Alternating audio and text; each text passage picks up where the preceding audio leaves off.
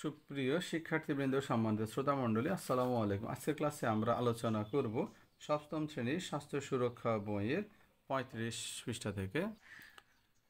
এই সময় আঘাত ও দুর্ঘটনা থেকে নিজেকে রক্ষা করতে কি কি পদক্ষেপ নেব,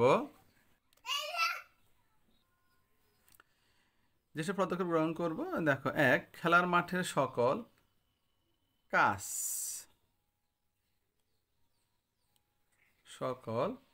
কাজ ভাঙা, শামুক, তার কাটা অর্থাৎ পেরেক বা জলি বলো, ইটের টুকরা প্রভৃতি সরাবো, তাহলে এগুলো যে কোনো দুর্ঘটনা করতে পারে। 2. প্রাথমিক কিট বাক্স পাশে রাখবো, অর্থাৎ খেলার সময় এগুলো আমরা নিয়ে যাব। 3. খেলাতে অধিক মনোযোগী হব, তাহলে আমাদের দুর্ঘটনার সমস্যা এটা কম থাকবে। 4. সতর্কতার সাথে দেখে খেলবো, চারপাশে কোনো ঝামেলা আছে কিনা এটা সতর্কতার সাথে দেখে আমরা খেলবো। তারপর পুকুর বা জলাশয়ের পাশে খেলবো না, আমরা অনেকে সাঁতার জানি না, তা আমাদের পুকুর বা জলাশয়ের পাশে খেলা উচিত নয়।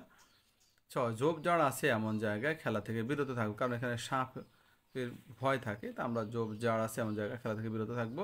তারপর ভাঙা টিন আছে, অর্থাৎ টিন, পুরনো মরিচা ধরা টিন এগুলো পড়ে আছে এমন জায়গায় আমরা খেলবো না, অথবা খেলতে চাইলে একান্ত না পেলে সেগুলো সবাই মিলে পরিষ্কার করে আমরা খেলবো।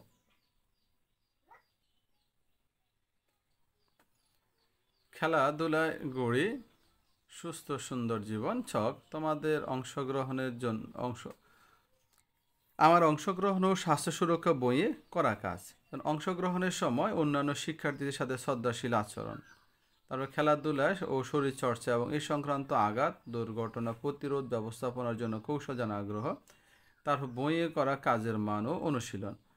এখন দেখো, প্রথমে আমরা কি করেছি, প্রথম অংশে অন্য শিক্ষার্থীদের সাথে আমি কি করেছি, শ্রদ্ধাশীল আচরণ করেছি, অন্য শিক্ষার্থীদের সাথে আমি শ্রদ্ধাশীল আচরণ করেছি। তারপরে এই সম্পর্কে খেলাধুলা শরীরচর্চা সম্পর্কিত যে আঘাত, এই সম্পর্কে আমার যথেষ্ট আগ্রহ আছে, আমার আগ্রহ আছে। তারপর বইয়ে করা কাজের মান ও অনুশীলন কেমন, কাজের মান খুব ভালো ও আমি নিয়মিত অনুশীলন করি। এখন তোমার তথ্যগুলো শিক্ষক এখানে মন্তব্য আকারে লিখে দিবেন।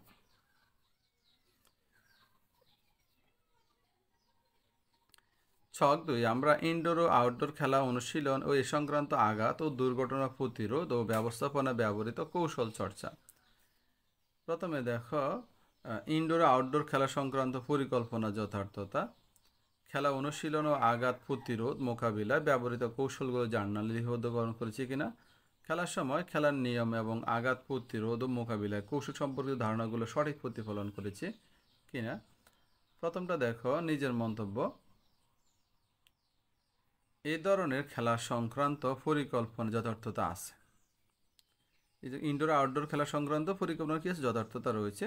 তারপরে কি হচ্ছে, উক্ত কৌশলগুলো, অর্থাৎ যে খেলা যে অনুশীলন ও আঘাত প্রতিরোধ মোকাবেলায় আমার যে ব্যবহৃত কৌশলগুলো, এই কৌশলগুলো আমি কি করেছি, জার্নালে লিপিবদ্ধ করেছি, অর্থাৎ পড়ে সেগুলো আমি জার্নালে লিখে দিয়েছি। তারপর হচ্ছে খেলার সময় যে আঘাত প্রতিরোধ মোকাবেলা যে কৌশল ধারণাগুলো, এগুলো কি সঠিক প্রতিফলন করেছি কিনা, হ্যাঁ, এই ধরনের কৌশল সম্পর্কিত ধারণাগুলোর সঠিক প্রতিফলন হয়েছে, অর্থাৎ আমরা কীভাবে এই আঘাতে বাঁচতে পারি সেগুলো আমরা প্রতিফলন করেছি। এবার আমি এই কাজগুলো আসলে করেছি কিনা, অভিভাবক সেটা কি লিখবেন, আমার এখানে নোট লিখে দিবেন, হ্যাঁ সে যথাযথভাবে কাজটি করেছে, তারপর লিপিবদ্ধ করে, অর্থাৎ ওই জার্নালে সে লিপিবদ্ধ করেছে, তারপর নিজের জীবনে প্রতিফলন করেছে, এটি সে অভিভাবক দেখেছে, তিনি এটা লিখে দিবেন। তখন শিক্ষক অভিভাবকের মন্তব্য আর তোমার মন্তব্য দেখে তিনি এখানে একটা মন্তব্য লিখে দেবেন। এবার দেখো, এখানে 38 পৃষ্ঠায় আরেকটা অধ্যায় আছে, রোগ মোকাবিলায় খুঁজে পায় সুস্থ থাকার উপায়। রোগ মোকাবিলা করার জন্য আমরা কি খুঁজে পাই, সুস্থ থাকার উপায়। জন্ম থেকে মৃত্যু পর্যন্ত সারা জীবন মানুষ রোগমুক্ত থাকতে পারে না, বিভিন্ন সময় আমরা বিভিন্ন ধরনের রোগ ব্যাধিতে আক্রান্ত হই। এর মধ্যে কিছু রোগ ব্যাধি ঋতু পরিবর্তন বা পরিবেশগত কারণে হয়ে থাকে। সাধারণত যখন আবহাওয়ার পরিবর্তন হয় সে সময় পরিবেশে থাকা বিভিন্ন ধরনের জীবাণু, যেমন ভাইরাস, তারপরে ব্যাকটেরিয়া, ছত্রাক ইত্যাদি শক্তিশালী হয়ে ওঠে এবং এর দ্বারা কম বেশি আমরা সবাই আক্রান্ত হই। এখন তোমরা এখানে দেখো ঋতুভিত্তিক কিছু, শীতকালে আমরা সর্দি জ্বর হয়, তারপরে শ্বাসকষ্ট হয়।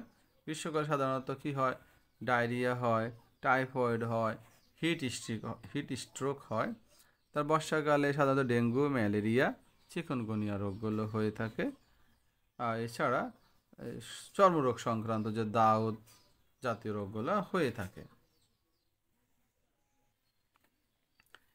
এবার তাহলে এসব রোগ ব্যাধি সম্পর্কে আমাদের পরিবার ও প্রতিবেশীরা কি বলেন শোনা যাক। যেমন ঋতু পরিবর্তনজনিত রোগ ব্যাধি, যেমন আছে ভাইরাসজনিত জ্বর। সাধারণ লক্ষণ কি আমরা দেখি, জ্বর থাকে তখন মাথা ঘুরায়, অনেকের বমি হয়, অনেকের আবার কি আসে, কাঁপুনি আসে।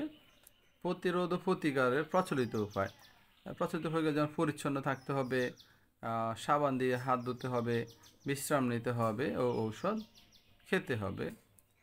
তারপরে 2 নম্বর সমস্যা আমরা দেখছি সর্দি কাশি, হালকা জ্বর, সর্দি, কাশি থাকে। আর এর প্রতিরোধ করার জন্য কি করতে হবে, পরিচ্ছন্ন থাকতে হবে, ঔষধ খেতে হবে, বিশ্রাম নিতে হবে। তারপরে আরেকটা রোগ হচ্ছে ডায়রিয়া। সেখানে আমার লক্ষণটা কি, পাতলা পায়খানা হয়, অনেকের বমি হয়, আবার শরীরে পানির শূন্যতা দেখা দেয়, চোখগুলো ডেবে যায়। খাবার স্যালাইন খেতে হবে, আর প্রয়োজনে অন্য ঔষধও খেতে হবে। টাইফয়েডে কি হচ্ছে, অনেক দিন ধরে জ্বর থাকে, মাঝে মাঝে আবার খিঁচুনি হয়।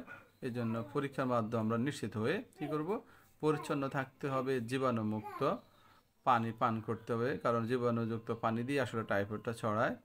তোমরা বাজারে যারা ফুচকা জাতীয় খাবারগুলো খাও, সেখানে টাইফয়েডের জীবাণুগুলো থাকতে পারে নোংরা পানিতে। তারপরে প্রয়োজন আমরা কী করতে হবে, ওষুধ অবশ্যই খেতে হবে। বসন্ত শরীরে আমরা লক্ষণগুলো কী দেখি, শরীরে গুটি দেখা যায় অথবা ফোস্কা ওঠে, আর সাথে কি জ্বর হয়। এজন্য আমাদের কী করতে হবে, পরিষ্কার থাকতে হবে এবং প্রয়োজনীয় ঔষধ খেতে হবে। কোনটি প্রচলিত উপায় সঠিক, কোন প্রচলিত উপায়টি সঠিক নয়, তারপরে কেন সঠিক বা কেন ঠিক নয়। যেমন টাইফয়েড গ্রীষ্মকালীন রোগ, এটা সঠিক। আর ওই সঠিক নয় কোনটা, বেছে বেছে খাবার, অর্থাৎ টাইফয়েডের খাবার বেছে বেছে খেতে হবে। আর কেন সঠিক বা কেন সঠিক না, ডাক্তারের পরামর্শে ঔষধ খেতে হবে, এটা হচ্ছে সঠিক। তারপর ডায়রিয়া গ্রীষ্মকালীন রোগ, এখানে সঠিক নয় হচ্ছে কি, তারা বলছে কম খাবার খেতে হবে, না এটা ঠিক না, খাবার স্যালাইন ঔষধ খেতে হবে, এটা হচ্ছে সঠিক পদ্ধতি। তারপরে ডেঙ্গু বর্ষায় বেশি হয়, এটা সঠিক পদ্ধতি, সঠিক কথা। তারপরে কেন প্রচলিত উপায়টা ঠিক না, কারণ এখানে তারা ঝাড়ফুঁক দিতে হবে, এটা ঠিক না, ডেঙ্গুতে ঝাড়ফুঁকে কাজ হবে না।